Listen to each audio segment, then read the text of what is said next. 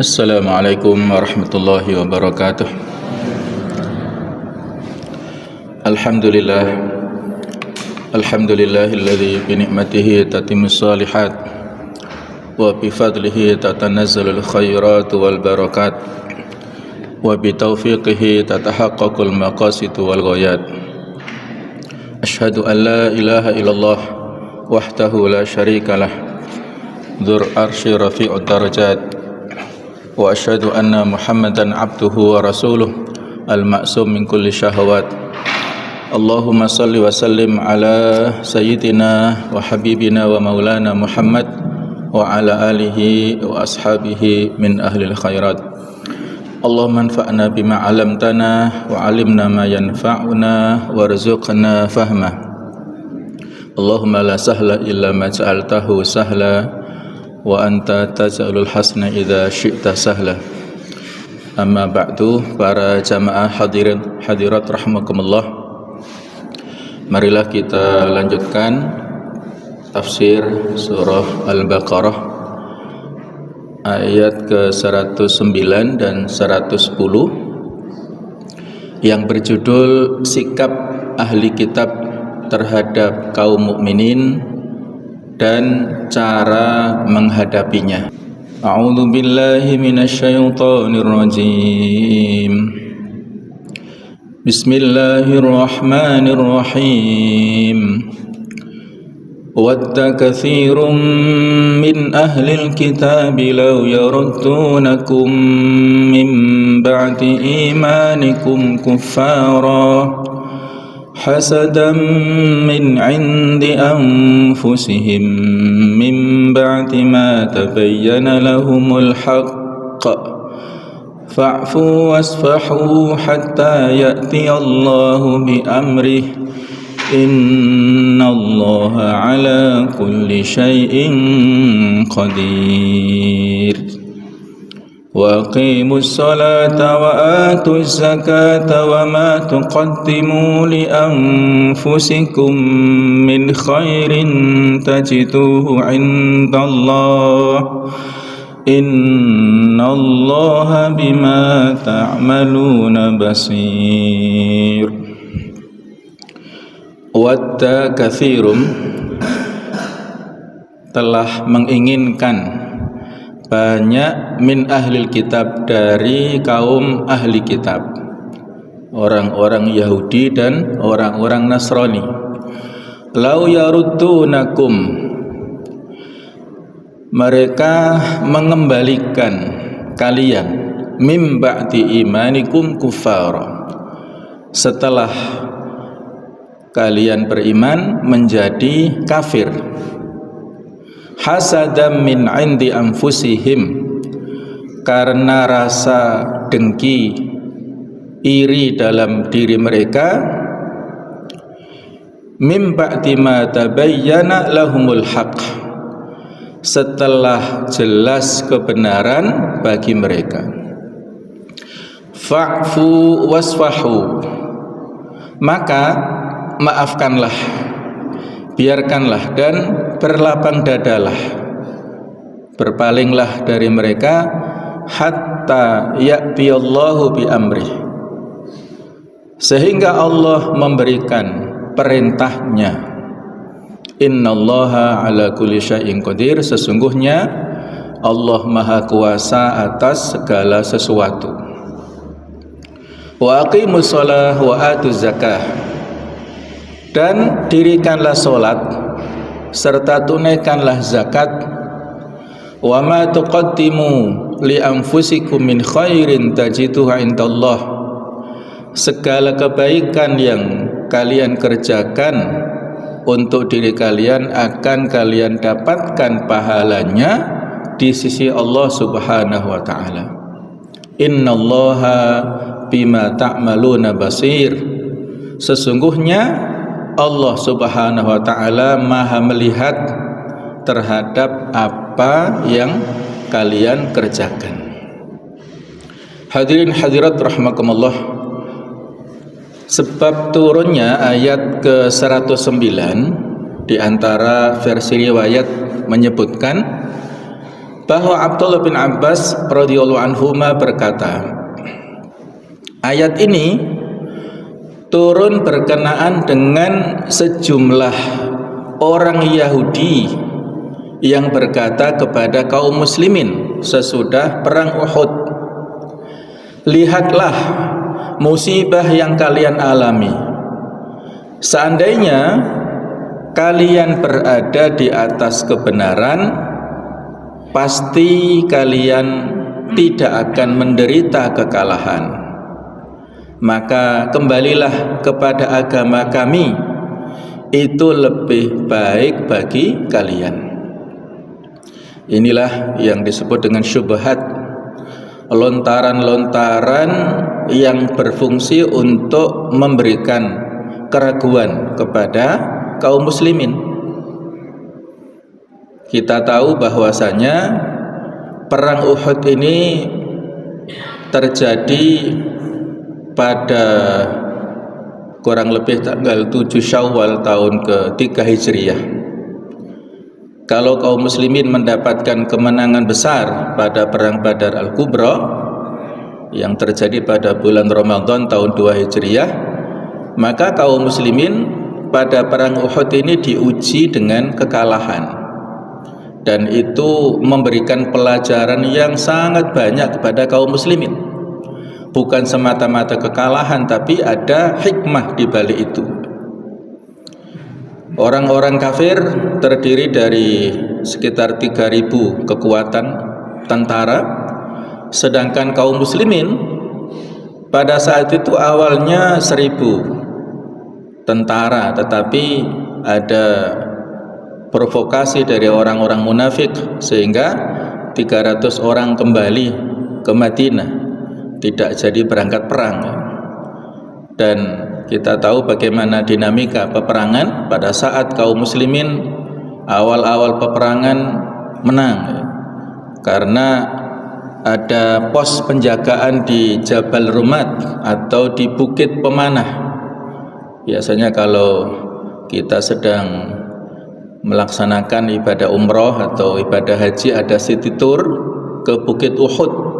Nah, di situ diterangkan oleh mutawif atau oleh pembimbing bagaimana kisah terjadinya perang Uhud. Pasukan pemanah yang saat itu kurang lebih berjumlah 50 orang. Mereka dominan ya. Pada saat itu berhasil menguasai peperangan dan terjadi banyak korban ya pada saat itu di orang-orang kafir, sehingga mereka tergoda untuk turun ya. Sudah terbayang ghanimah yang begitu banyak sehingga mereka ini turun dari bukit atau Jabal Rumat, Bukit Pemanah itu. Nah, saat itulah kemudian dimanfaatkan situasi oleh Khalid bin Walid yang masih kafir ya untuk menyelinap dari balik bukit dan akhirnya bisa memukul kaum muslimin dari belakang. Nah, itulah kurang lebih ya. Sehingga pada saat perang Uhud ini kaum muslimin kurang lebih yang meninggal antara 70 sampai 75 orang dimakamkan di sana ya. Kalau kita ziarah ke kompleks perbukitan Uhud, ada nama-nama kaum muslimin yang meninggal dunia, termasuk pamanda beliau Hamzah bin Abdul Muttalib, kemudian juga sahabat mulia Mus'ab bin Umair, itu diantara para syuhada Uhud. Sedangkan orang-orang kafir yang meninggal antara 22 sampai 37 orang. Jadi kalau diukur dari jumlah yang meninggal memang lebih banyak kaum muslimin. Tetapi ketika perang Uhud usai ya, belum sampai mereka pulang, orang-orang kafir ini ke Mekah, kaum muslimin saat itu diperintahkan untuk mengejar orang-orang kafir dan mereka ketakutan yang disebut dengan terjadinya perang Hamraul Asad. Walaupun kaum muslimin luka-luka, tetapi mereka diperintahkan untuk mengejar orang-orang kafir dan mereka lari ketakutan. Jadi kalau diurut rangkaiannya, sebenarnya kaum muslimin pada akhirnya mendapatkan kemenangan. Tetapi pada awal peperangan memang mereka mendapatkan kekalahan dan itu memiliki hikmah yang sangat banyak. Nah, inilah ada syubhat, lontaran-lontaran yang berfungsi untuk meragukan kaum muslimin. Kalau seandainya yang dibawa oleh Muhammad itu sebuah kebenaran, maka kalian akan ditolong oleh Allah, tidak dibiarkan kalah. Kalau kalian kalah berarti menunjukkan agama kalian yang kalian bawa itu tidak benar. Nah, itulah fungsinya untuk memberikan syubhat. Dan di sini orang-orang munafikin sangat berperan ya. Abdullah bin Ubay bin Salul itu betul-betul memiliki peran yang dominan untuk memberikan pengaruh yang jahat kepada pasukan kaum muslimin ya. Baik jemaah sekalian rahimakumullah. Jadi ini sebab turunnya di antara sekian banyak ya, riwayat. Biasanya sabab nuzul tidak hanya satu ya, tetapi berbagai macam versi, dan inilah di antara sebab turunnya yang insya Allah sudah mewakili ya. Kemudian berikutnya tentang hubungan ayat ke-109 dengan ayat-ayat yang sebelumnya secara umum. Setelah Allah Subhanahu wa ta'ala dalam ayat-ayat terdahulu melarang kaum muslimin mendengarkan nasihat kaum Yahudi dan menyuruh menolak pandangan-pandangan mereka, di sini Allah Ta'ala menyebutkan illah atau sebabnya mengapa kita tidak boleh mengikuti langkah-langkah tipu muslihat dan syubhat dari orang-orang kaum Yahudi khususnya, yaitu karena mereka ini memiliki sifat hasad, dengki kepada kaum muslimin atas nikmat Islam. Mereka menginginkan kaum muslimin tidak mendapatkan nikmat itu. Mereka tidak sekedar ingkar kepada Nabi SAW, melancarkan tipu muslihat terhadap beliau dan melanggar perjanjian, melainkan juga mengharapkan kaum muslimin keluar dari agama mereka atau kembali kepada kekafiran. Jadi jemaah sekalian rahimakumullah, orang-orang Yahudi ini sebagaimana sudah sering kita ceritakan, mereka lebih dahulu datang di kota Madinah. Mereka eksodus dari bumi Palestina, terusir dan tersebar kemana-mana. Di antaranya mereka datang ke Madinah. Ya, mereka memiliki harapan kedatangan Nabi akhir zaman, sehingga mereka ingin menyambut kedatangan Nabi akhir zaman di Madinah ini sebenarnya. Tetapi karena Rasul atau Nabi akhir zaman ini bukan dari keturunan Israel ataupun Nabi Yakub, mereka hasad, dengki, tidak mau menerima kedatangan Nabi Muhammad karena keturunan dari Nabi Ismail. Jadi itulah asal muasal hasad, penyakit dengki yang mereka miliki. Dan pada saat kaum muslimin datang ke Madinah, mendapatkan sambutan dari penduduk Yathrib atau penduduk Madinah dengan sambutan yang luar biasa, sehingga dominasi orang-orang Yahudi menjadi kecil pada saat kedatangan kaum muslimin di Madinah. Pada saat itu Rasulullah SAW membuat perjanjian yang disebut dengan Wathiqatul Madinah atau Piagam Madinah. Ada klausul yang disebutkan di perjanjian itu untuk menjaga perdamaian di Madinah antara berbagai macam etnis agama, antara kaum muslimin dengan non-muslim. Mereka menjaga kondisi yang damai di Madinah, tidak melakukan peperangan, tidak melakukan pengkhianatan, konspirasi dan lain-lain. Itu sudah disepakati bersama di Piagam Madinah setelah Nabi membangun Masjid Nabawi sebagai pusat ibadah dan pusat pemerintahan. Kemudian yang kedua adalah strateginya mempersaudarakan antara kaum Muhajirin dan Ansor. Nah, maka untuk melakukan konsolidasi eksternal di antara penduduk yang ada di Madinah yang heterogen itulah Nabi membuat perjanjian Madinah atau Piagam Madinah ini, dan itu sudah disepakati. Ternyata jamaah sekalian, kesepakatan damai itu tidak berlangsung lama.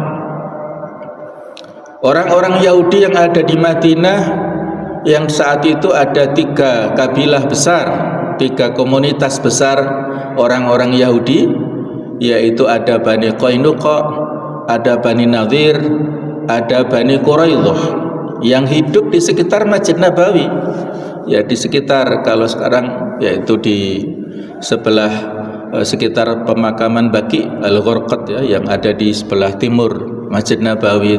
Itu dulunya atau tinggal di sana komunitas orang-orang Yahudi ini. Jadi masih ada di pusat kota Madinah. Mereka satu demi satu melakukan pengkhianatan terhadap Rasulullah SAW dan para sahabat, ya. Nanti kan kita singgung sebentar, ya. Berikutnya tafsir dan penjelasan. Jemaah sekalian rahimakumullah, banyak di antara kaum Yahudi dan Nasrani yang berharap dapat memalingkan kaum muslimin dari agama mereka, ingin membuat mereka menjadi kafir lagi setelah beriman karena dengki kepada mereka, dengan cara memunculkan keraguan atau syubhat tadi pada agama, melontarkan syubhat-syubhat, hal-hal yang menjadikan kaum muslimin ragu terhadap ajaran agama Islam, ya, dan meminta sesama mereka, yaitu orang Yahudi dan Nasrani, untuk beriman di pagi hari lalu kafir lagi pada sore hari, supaya ditiru oleh sebagian kaum mukminin yang lemah imannya. Itulah, ya, mereka orang-orang munafik. Secara batin, ya, mereka memusuhi Islam dan kaum muslimin, walaupun secara zahir seolah-olah mereka mukmin. Ada banyak di antara mereka yang identitas zahirnya itu muslim.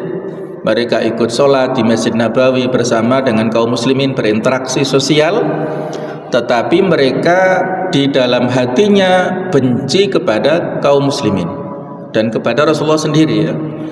Jadi itulah di antara strategi yang dilakukan oleh orang-orang Yahudi untuk mempengaruhi keimanan di kalangan kaum muslimin yang lemah, sehingga seolah-olah menjadi sesuatu yang main-main atau yang biasa saja keimanannya itu.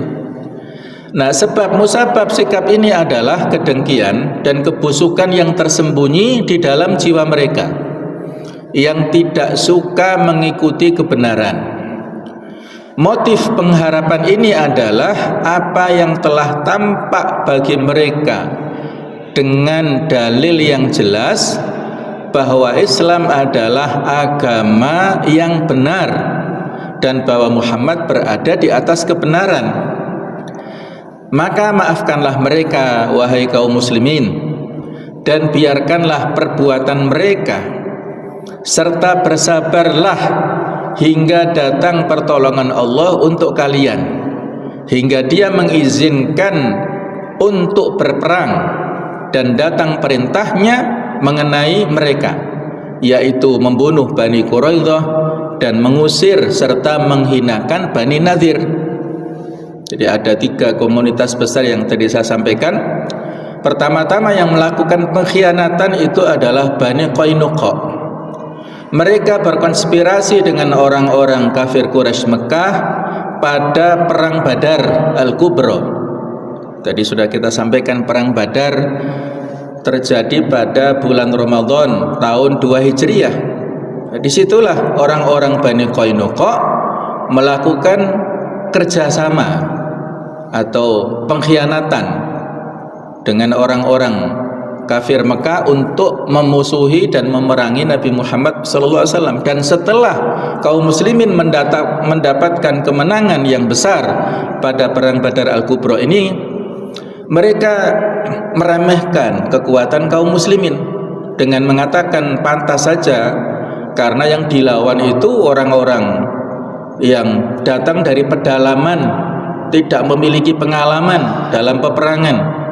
Dan memang Bani Qainuqa ini diberikan kemampuan atau keahlian ya, membuat senjata atau membuat bahan-bahan yang ya pecah belah yang agak modern lah ya. Jadi mereka punya kemampuan di bidang industri seperti itu, dan mereka memberikan ya semacam tantangan, kalau seandainya kami yang menghadapi kaum muslimin maka kami yang mendapatkan kemenangan. Nah, itu mereka membuat ya semacam tipu muslihat dan pengaruh-pengaruh kepada kaum muslimin, yang pada puncaknya mereka melakukan pelecehan ya kepada seorang muslimah. Mungkin sudah pernah saya ceritakan, satu saat memang mereka punya pasar ya, yang di situ banyak dijual perhiasan, sehingga ketika satu saat ada seorang muslimah memilih perhiasan di pasar ini dengan duduk gitu ya, ada salah seorang Yahudi yang iseng dengan mengikat jubahnya, jubah muslimah ini di atas. Ketika muslimah ini berdiri maka tersingkaplah auratnya, dan itu mereka tertawakan karena sudah bisa melecehkan seorang muslimah ini. Maka bangkitlah seorang sahabat karena ada saudari muslimahnya dilecehkan, dia marah dan membunuh seorang Yahudi yang usil ya melakukan pelecehan ini. Nah, mengetahui ada saudara atau temannya yang Yahudi itu terbunuh, mereka rame-rame membalaskan membunuh seorang sahabat yang melakukan pembunuhan kepada salah seorang Yahudi. Nah, ketika hal ini didengar oleh Rasulullah SAW, maka beliau mengerahkan pasukannya untuk memerangi Bani Qainuqa dan akhirnya mengusir ya orang-orang Bani Qainuqa tersebut ya, mengusir dalam keadaan mereka hina. Nah, itulah kurang lebih terjadinya pengusiran Bani Qainuqa.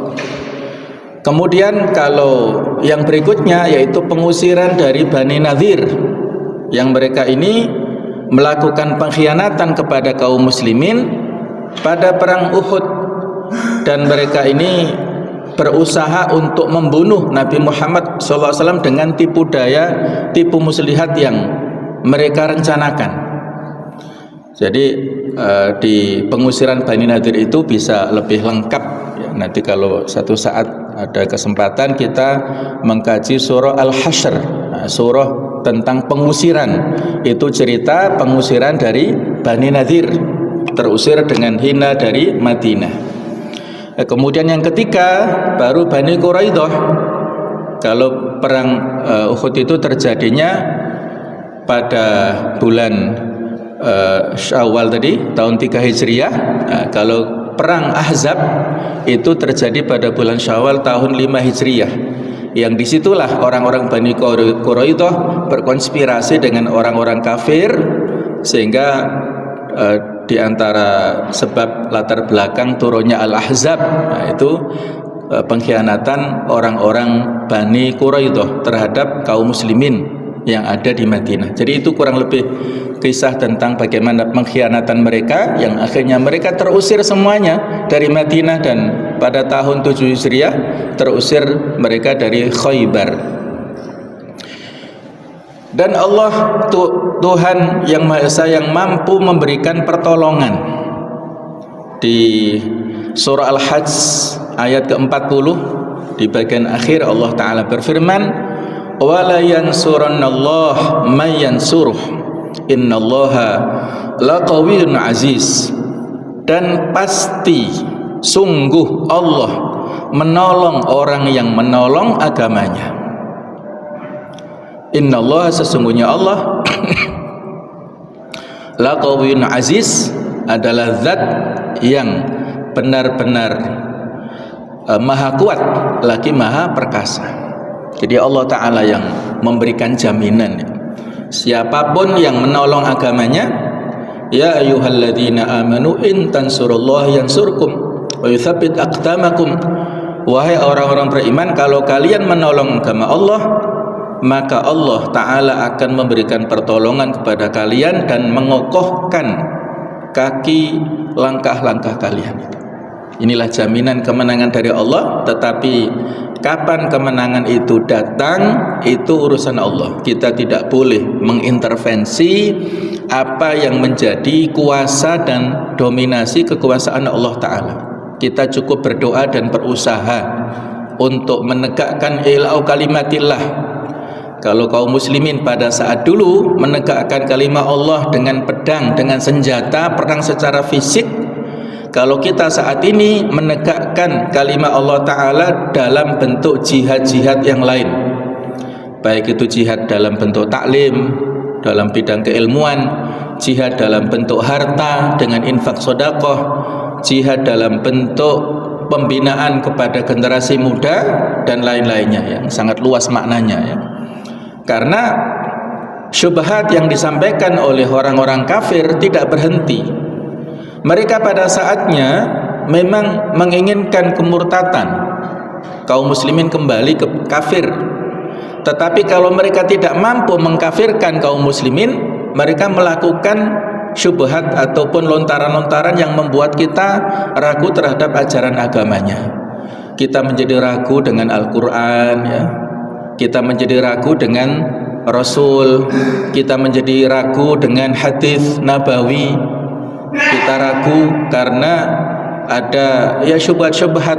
Al-Quran belum disusun pada saat Nabi masih hidup, baru nanti pembukuannya pada saat Utsman, dan itu jeda waktunya panjang, apalagi hadis Nabawi demikian panjang waktunya, sehingga ada ya sekian banyak keraguan yang mereka lontarkan. Kalau kaum muslimin tidak mempelajari agamanya dengan baik, itu terpengaruh dengan lontaran-lontaran syubhat dari orang-orang non muslim itu. Itu yang disebut dengan al-ghazul fikri atau perang pemikiran yang tersebar luas saat ini ya. Kalau dulu kaum muslimin dan sekarang pun terjadi di Palestina, mereka berkesempatan memerangi kaum muslimin dalam bentuk fisik. Tapi kalau di luar Palestina dan khususnya di negara kita, mereka memerangi kaum muslimin dalam bentuk pemikiran, fikrah ataupun ya akal, pemikiran dan peradaban ya. Ada perang peradaban, perang pemikiran, sehingga kaum muslimin memiliki keraguan terhadap agamanya, terutama generasi muda yang cenderung dengan budaya-budaya yang disampaikan oleh orang-orang kafir.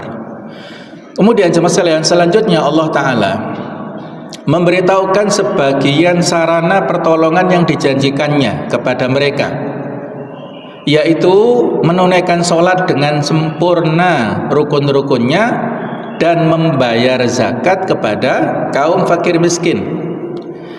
Dengan sholat, pilar-pilar iman menjadi kokoh, hubungan dengan Allah dan kepercayaan kepadanya semakin menguat, dan ikatan persaudaraan menjadi semakin erat dengan berkumpulnya kaum muslimin pada saat sholat berjamaah di masjid-masjid ini.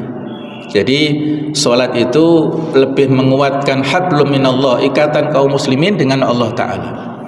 Dengan zakat, kebahagiaan masyarakat akan terwujud dengan tercukupinya kebutuhan para fakir miskin, dan kesatuan umat akan tampak dengan solidaritas para individu dan berbagai golongan di dalamnya. Pahala semua itu telah disediakan bagi kalian kaum muslimin ya nanti di akhirat. Jadi kalau iqamatus shalah itu lebih kuat untuk menjadikan kaum muslimin ya dalam hal hablum minallah. Kalau ita'uz zakah, mengeluarkan zakat ini lebih menguatkan kaum muslimin dalam hablum minan nas. Dan zakat ini bukan hanya zakat fitrah ya. Kalau zakat fitrah ini kecil dalam arti memberikan bantuan ya yang sementara, yang hanya terjadi pada 1 tahun sekali ya, di akhir ya bulan Ramadan. Jadi itu nilainya tidak begitu besar, dan itu kewajiban kepada kaum muslimin, laki-laki, perempuan, tua, muda, yang walaupun miskin pun tetap wajib asalkan punya kemampuan makan, minum, bertahan selama kurang lebih 2 kali 24 jam ya, 2 hari itu, dan siapapun ya punya kemampuan ya. Tapi yang lebih penting di sini adalah zakat mal. Bagaimana kaum muslimin mengeluarkan zakat mal, dan alhamdulillah sudah ada regulasi undang-undang tentang zakat, dan kaum muslimin menyambutnya dengan berdirinya para lembaga zakat yang sudah terverifikasi, dan pemerintah pun juga sudah punya lembaga Basnas, Badan Amil Zakat Nasional, dan di antara programnya yaitu memberikan beasiswa kepada orang-orang generasi muda muslim ini, baik itu yang studi di dalam negeri ataupun yang studi di luar negeri. Nah, itulah program mereka yang ini sangat penting ya bagi pendidikan kita semuanya ini. Baik, berikutnya jemaah sekalian, setiap perbuatan yang baik yang kalian kerjakan pasti akan kalian dapatkan balasannya secara penuh di sisi Tuhan kalian. Ayat yang sudah sangat kita hafal di surah Az-Zalzalah, "Faman ya'mal mithqala dzarratin khairan yarah." Siapa saja yang beramal soleh walaupun sebesar debu, sebesar atom, sekecil apapun, ia akan menyaksikan pahalanya kelak di akhirat. Jadi tidak boleh kita remehkan kebaikan yang sekecil apapun. Hadis Muslim dikatakan oleh Rasulullah, "Ahabbul a'mal ilallahi adwamuha wa in qalla." Amal kebaikan yang paling Allah cintai adalah yang kontinu meskipun sedikit. Kita sholat malam walaupun mungkin 2 rakaat plus 1 witir misalnya minimal ya. Kalau bisa kita lengkapi 8 rakaat plus 3 witir. Tapi kalaupun kita nggak mampu, walaupun 2 rakaat plus 1 witir, tetapi rutin setiap malam maksudnya ya.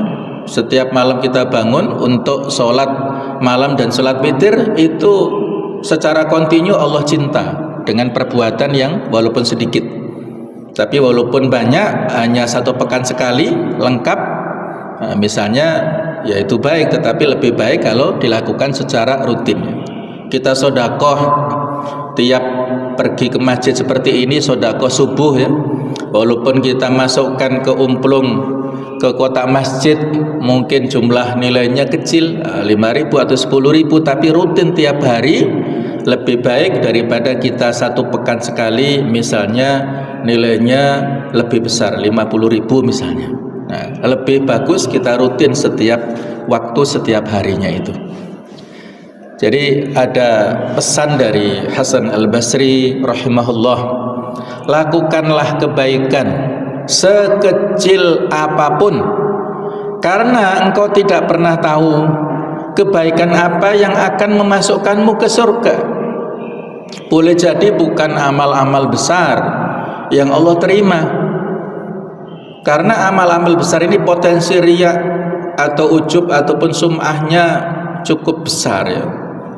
Orang yang melaksanakan ibadah haji misalnya itu besar ya nilainya. Mungkin bukan itu, karena ada unsur-unsur riyaknya ya. Kalau orang mau ibadah haji, 1 kampung diundang untuk tasyakuran ya, dengan alasan minta maaf ya, daripada tidak bisa hadir satu persatu di rumah mereka, diundang untuk ya pamitan. Nggak apa-apa, boleh saja, asalkan ikhlas niatnya, bukan untuk pamer. Nanti pulang haji juga banyak yang berkunjung 1 kampung bahkan lebih ya. Jadi itu potensi riyaknya besar. Umroh juga begitu, banyak orang yang sudah menjadikan umroh sebagai kebiasaannya dan sebagai gaya hidupnya. Ya nggak apa-apa, baik-baik saja, tapi menjaga keikhlasan lebih baik lagi ya. Tidak hanya mementingkan pamer di publikasi ya, selfie-selfie di sekitar Ka'bah, di sekitar Masjidil Haram misalnya untuk disebarluaskan. Itu saya kira dampak di penyakit hati itu dominan ya daripada maslahatnya. Syiarnya lebih kecil daripada dampak negatif yang ada daripada masing-masing orang ya. Ya itu urusan pribadi lah ya. Jadi mungkin bukan amal-amal prestisius yang kita lakukan itu yang diterima Allah Ta'ala, tapi bisa jadi amal-amal yang kecil. Kita ngasih sedekah kepada fakir miskin, kita ngasih sedekah Jumat misalnya, kita ngasih amal-amal yang mungkin kecil, tetapi itulah yang dilandasi dengan keikhlasan sehingga memasukkan kita ke surga. Jadi nggak boleh diremehkan. Nah, jemaah sekalian, Allah mengetahui semua perbuatan kalian, yang kecil maupun yang besar. Tidak ada satupun kebaikan atau kejahatan yang tersembunyi bagi Allah Ta'ala. Jadi, sholat dan zakat adalah sebagian dari faktor-faktor kemenangan di dunia, juga merupakan bagian dari faktor-faktor kebahagiaan di akhirat. Dengan dalil firman Allah Ta'ala, sesungguhnya innallaha bima ta'maluna basir, sesungguhnya Allah maha melihat apa-apa yang kamu kerjakan. Jadi tidak boleh kita remehkan sama sekali ya. Termasuk dalam hal ini sholat dan zakat, sesuatu yang sangat penting ya. Berikutnya tentang fikih kehidupan atau hukum-hukum. Allah Subhanahu wa Ta'ala memperingatkan hamba-hambanya yang beriman agar tidak mengikuti jalan orang-orang kafir dari kalangan ahli kitab, Yahudi ataupun Nasrani, khususnya orang-orang Yahudi ini. Dia memberitahu mereka tentang permusuhan kaum kafir itu secara lahir batin terhadap mereka, mengungkapkan kedengkian yang tersembunyi dalam hati mereka terhadap orang-orang beriman, meskipun mereka mengetahui keutamaan kaum mukminin dan keutamaan nabi mereka. Allah juga memerintahkan kepada hamba-hambanya yang beriman supaya membiarkan dan memaafkan atau menahan derita atau bersabar sampai datang perintah Allah, yaitu pertolongan atau kemenangan ya, sampai datang perintah perang ya. Pada awal-awalnya mereka disuruh untuk bersabar, tetapi pada akhirnya nanti ya sudah kita singgung tadi, bagaimana membalas tipu daya muslihat dari mereka itu dalam bentuk yang lebih keras supaya mereka memiliki kesadaran ya dari kejahatannya itu. Allah menyuruh mereka mendirikan sholat dan membayar zakat.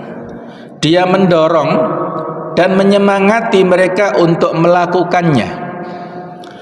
Muhammad bin Ishaq meriwayatkan dari Ibnu Abbas, katanya Huyai bin Akhtab dan Abu Yasir bin Akhtab, ini saudara ya, mereka ini termasuk orang Yahudi yang paling dengki kepada bangsa Arab, lantaran Allah memilih Rasulnya dari kalangan mereka. Dua orang ini berusaha sekuat tenaga untuk menghalangi orang-orang dari agama Islam. Maka Allah menurunkan ayat ini sehubungan dengan mereka ini. Wadda katsirum min ahlil kitabi law yarutunakum mim ba'di imanikum kufara. Sebagian besar ahlu kitab menginginkan agar mereka dapat mengembalikan kamu kepada kekafiran. Sama sekalian, Huyai bin Akhtab ini ayah dari salah seorang ummahatul mukminin. Ada salah satu istri Rasulullah yang bernama Sofiyah binti Huyai bin Akhtab. Jadi Sofiyah ini putri dari Huyai, dan Huyai ini pembesar dari kaum Yahudi Bani Nadir. Jadi ada di antara istri Rasulullah itu yang masih keturunan Bani Israel ini, dari orang-orang Yahudi, yaitu Sofiyah. Ada juga dari keturunan atau dari keluarga besar ya Bani Mustalik, bahkan putri dari pembesar mereka adalah Juwairiyah, itu juga pembesar dari putri dari pembesar orang-orang Yahudi Bani Mustalik. Nah, jadi pernah disebutkan dalam riwayat ketika awal-awal ya, jadi pertemuan Rasulullah dengan Huyai dan Abu Yasir ini pada saat di Kuba. Kita tahu ketika Rasulullah sebelum datang ke Yathrib itu mampir dulu ke Kuba untuk mendirikan Masjid Kuba. Jadi la masjidun ussisa 'ala taqwa, masjid yang didirikan di atas landasan takwa itu Masjid Kuba, masjid yang dibangun Rasulullah sebelum sampai ke pusat kota Madinah. Sebelum adanya Masjid Nabawi sudah Masjid Kuba. Nah, saat Nabi di Kuba itu bertemu dengan Huyai dan Abu Yasir ini, dua-duanya saudara. Cerita dari Sofia, ayahku dan pamanku menemui Nabi Muhammad saat berada di Kuba seharian mulai pagi sampai hampir terbenamnya matahari. Mereka berdua menggunakan selimut, nggak tahu motifnya apa ya, dan pulang dua-duanya dalam keadaan yang lesu, yang susah, nggak tahu disebutkan apa ya. Tapi menurut analisa para ahli sejarah, mereka berdua ini mengetes tentang kebenaran Rasul akhir zaman ini. Mungkin ada dialog dari pagi sampai sore, mereka kalah dalam diskusi, dalam debat ya, sehingga mereka pulang dalam keadaan susah. Sebenarnya Abu Yasir ini sebagai adiknya Huyai itu sudah akan menerima kebenaran Islam saat itu, tapi karena pengaruh dari kakaknya akhirnya menolak kebenaran Rasul akhir zaman ini. Jadi dua-duanya sudah mengetahui kebenaran Rasul akhir zaman, tetapi karena ada perasaan hasad dalam diri mereka ini sehingga tidak menerima ya. Jadi walaupun putrinya dipersunting menjadi istri Rasulullah dan tentunya menjadi muslimah ya, tetapi ayahnya ini terus dalam keadaan kafir sampai pada akhirnya ayahnya Huyai ini meninggal pada perang Khaybar dalam keadaan kafir, tidak masuk Islam. Nah, itulah tertutup pintu hati mereka, tidak bisa mendapat hidayah. Nah, kurang lebih seperti itu ya tentang dua tokoh ini yang sangat memusuhi Islam. Jadi kita diingatkan ya untuk menjauhi penyakit hasad. Dan hasad ini ada dua macam. Ada hasad yang tercela, yaitu penyakit dengki, penyakit hasad, dan ada hasad yang terpuji, yang Imam Nawawi dan para ulama lain menyebut dengan istilah ghibthah, hasad yang boleh ya. Hasad yang tercela adalah apabila engkau mengharapkan lenyapnya nikmat Allah dari saudaramu seiman, baik di samping itu kau pun mengharap mendapatkan nikmat itu maupun tidak. Orang ya, kita punya tetangga misalnya bisa umroh misalnya ya, kita hasad sehingga mengharapkan dia bisa misalnya celaka ataupun uang yang sudah distorkan itu hilang dan sebagainya, misalnya ya, dia jatuh bangkrut ya dengan kesuksesannya. Walaupun berpindah nikmat itu kepada kita ataukah tidak berpindah, itu tidak ada perbedaannya, semuanya adalah bentuk hasad yang tercela. Nah, itulah yang disindir di dalam Al-Quran surah An-Nisa 54, diantaranya am yahsudunan nasa ala ma atahumullahu min fadli, ataukah mereka dengki kepada manusia karena karunia yang telah dianugerahkan Allah kepadanya. Jadi hasad ini tercela karena ia berarti menganggap Allah itu bodoh, bahwa dia memberikan nikmat kepada orang yang tidak pantas menerimanya. Ini kan aneh, bersuudzon kepada Allah. Dia tidak sadar bahasanya sehasad apapun dia kepada orang yang dia lihat, kawannya, temannya, relasinya, tetangganya, sehasad apapun tidak akan bisa merubah nikmat itu. Kalau sudah jadi takdirnya ya dia dapatkan, walaupun dia mati-matian hasad, justru itu akan membebani penyakit hati pada dirinya ya. Nah, sedangkan ada hasad yang terpuji yang disebut dengan ghibthah atau munafasah, persaingan perlombaan yang positif. Sebagaimana dalam hadis Nabawi, hadis yang populer, la hasada illa fitnatain. Tidak boleh iri kecuali pada dua hal. Yang pertama, rajulun atahullahul Qur'an fa huwa yatluhu ana al-laili wa ana an-nahar.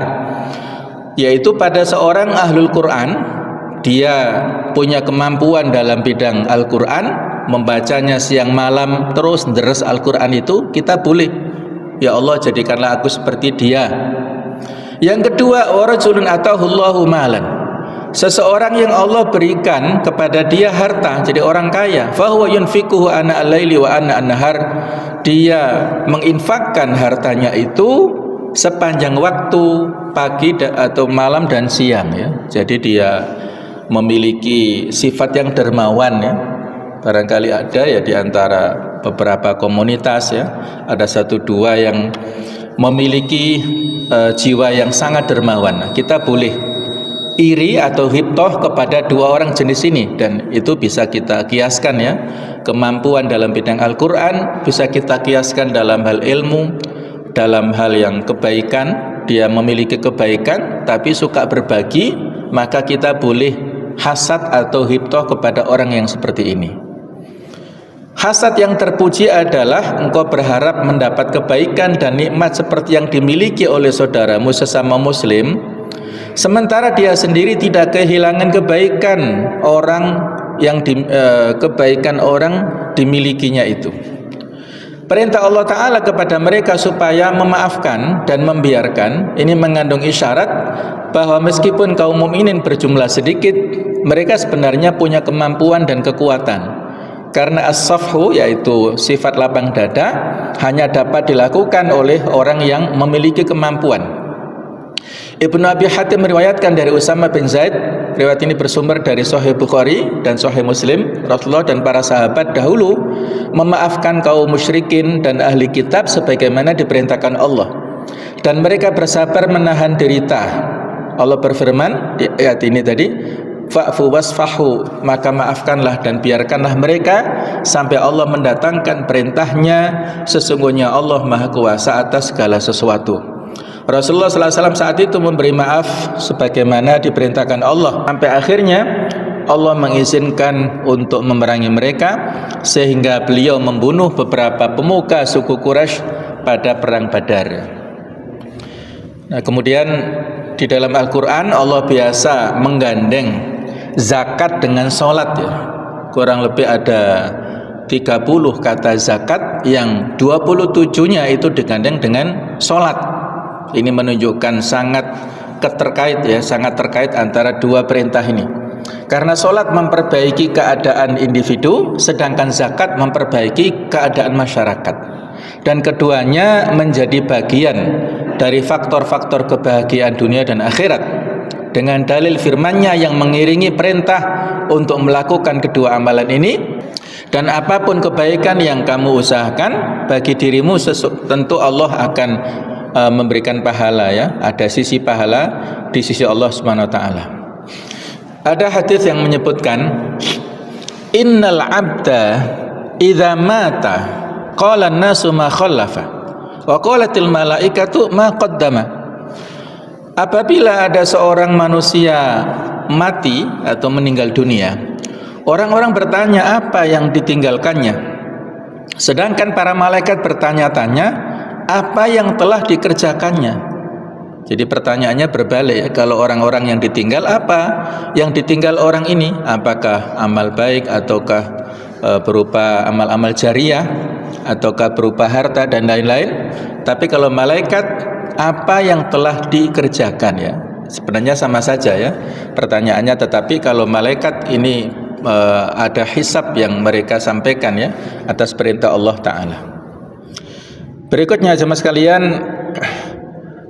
di akhir ayat itu Allah berfirman, innallaha bima ta'maluna basir, ya, sesungguhnya Allah Ta'ala maha melihat terhadap apa yang kalian kerjakan.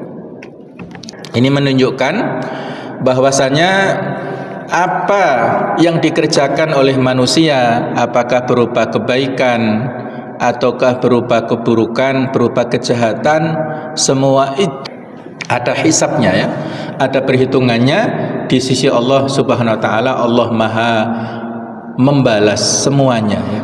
Jadi jemaah sekalian, dalam hadis yang populer kita diingatkan, idza mata ibnu adam in qata amalu illa min thalathin. Kalau anak Adam meninggal dunia, maka ada 3 amalan yang tidak terputus. Insyaallah ini sudah sama-sama kita fahami ya. Mari kita siapkan segala sesuatu potensi yang kita miliki untuk mempersiapkan kematian dengan melakukan 3 amalan ini. Kita siapkan dengan sebaik-baiknya, yaitu yang pertama sedaqatin jariyah, sedekah yang amalannya pahalanya terus mengalir. Kita menginfakkan properti berupa tanah, bangunan untuk kebaikan, ya, selama dipakai untuk kebaikan terus pahalanya mengalir untuk kita sampai di alam kubur.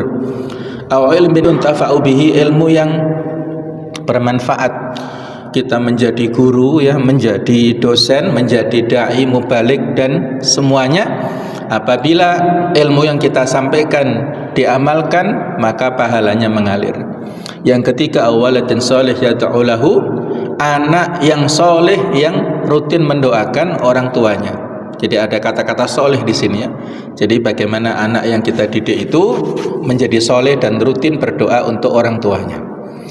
Yang terakhir, ada riwayat dari Abdullah bin Umar bin Khattab bahwasanya suatu hari beliau melintasi perkuburan Baqi. Kuburan Baqi ada di sebelah timur Masjid Nabawi. Bagi kita yang berziarah ke Madinah, ya, yang laki-laki boleh masuk kalangan ini, kalau perempuan tidak boleh, ya. Jadi saat itu Ibnu Umar memberikan ucapan salam sejahtera untuk kalian wahai penghuni kuburan-kuburan ini. Berita yang kami bawa bahwa istri-istri kalian sudah menikah lagi, rumah-rumah kalian sudah dihuni, dan harta benda kalian telah dibagi. Nah, Allah alam sejauh mana kebenarannya, ya. Tiba-tiba ada sebuah suara yang menyahut, wahai Ibnul Khattab, putranya Umar bin Khattab, berita dari kami adalah apa yang kami kerjakan dahulu telah kami dapati pahalanya di alam barzakh. Infak yang kami keluarkan dulu telah kami peroleh ganjarannya, dan amalan yang kami tinggalkan dulu telah kami rasakan kerugiannya. Nah, jadi Allah alam, ya, sejauh mana ada suara nggak ada, ya, wujudnya, ya, tapi ini pelajaran lah, ya. Allah alam siapa yang menyampaikan, menyahut informasi ini. Ada kisah yang serupa dari Ali bin Abi Thalib. Di antara nasihat beliau, jika dia memasuki daerah pemakaman, dia berkata, salam sejahtera untuk kalian wahai kaum mukminin dan mukminat yang menjadi penghuni tempat yang sunyi senyap ini. Selanjutnya dia berkata, rumah-rumah kalian telah dihuni, harta benda kalian sudah dibagi, dan istri-istri kalian sudah dinikahi. Inilah berita dari kami. Apa berita dari kalian? Demi Allah yang menggenggam jiwaku, seandainya mereka dapat berbicara, pasti mereka berkata, sesungguhnya sebaik-baik bekal adalah takwa, ya. Kata Ali bin Abi Thalib, di antara pesan takwa adalah wal istidadu liyaumir rahil, kita mempersiapkan segala sesuatu untuk menghadapi perjalanan panjang, yaitu kematian, ya. Demikianlah jemaah sekalian nasihat untuk kita semuanya. Mudah-mudahan kita selalu dalam keimanan, kita selalu dibimbing, ya, Allah Ta'ala dalam hidayahnya sampai kita mendapatkan husnul khotimah, dan mudah-mudahan kita mendapatkan nikmat di kuburan kita dengan amal-amal soleh yang kita lakukan. Mudah-mudahan nanti kita dibangkitkan pada hari kiamat menjadi golongan ashabul yamin, orang-orang yang bahagia yang nantinya akan dimasukkan ke surganya Allah Subhanahu wa Ta'ala. Demikianlah, mudah-mudahan ada manfaatnya. Kurang lebih mohon maaf seikhlas-ikhlasnya. Subhanakallahumma wa bihamdik, asyhadu an la ilaha illa anta astaghfiruka wa atubu ilaik. Wassalamualaikum warahmatullahi wabarakatuh.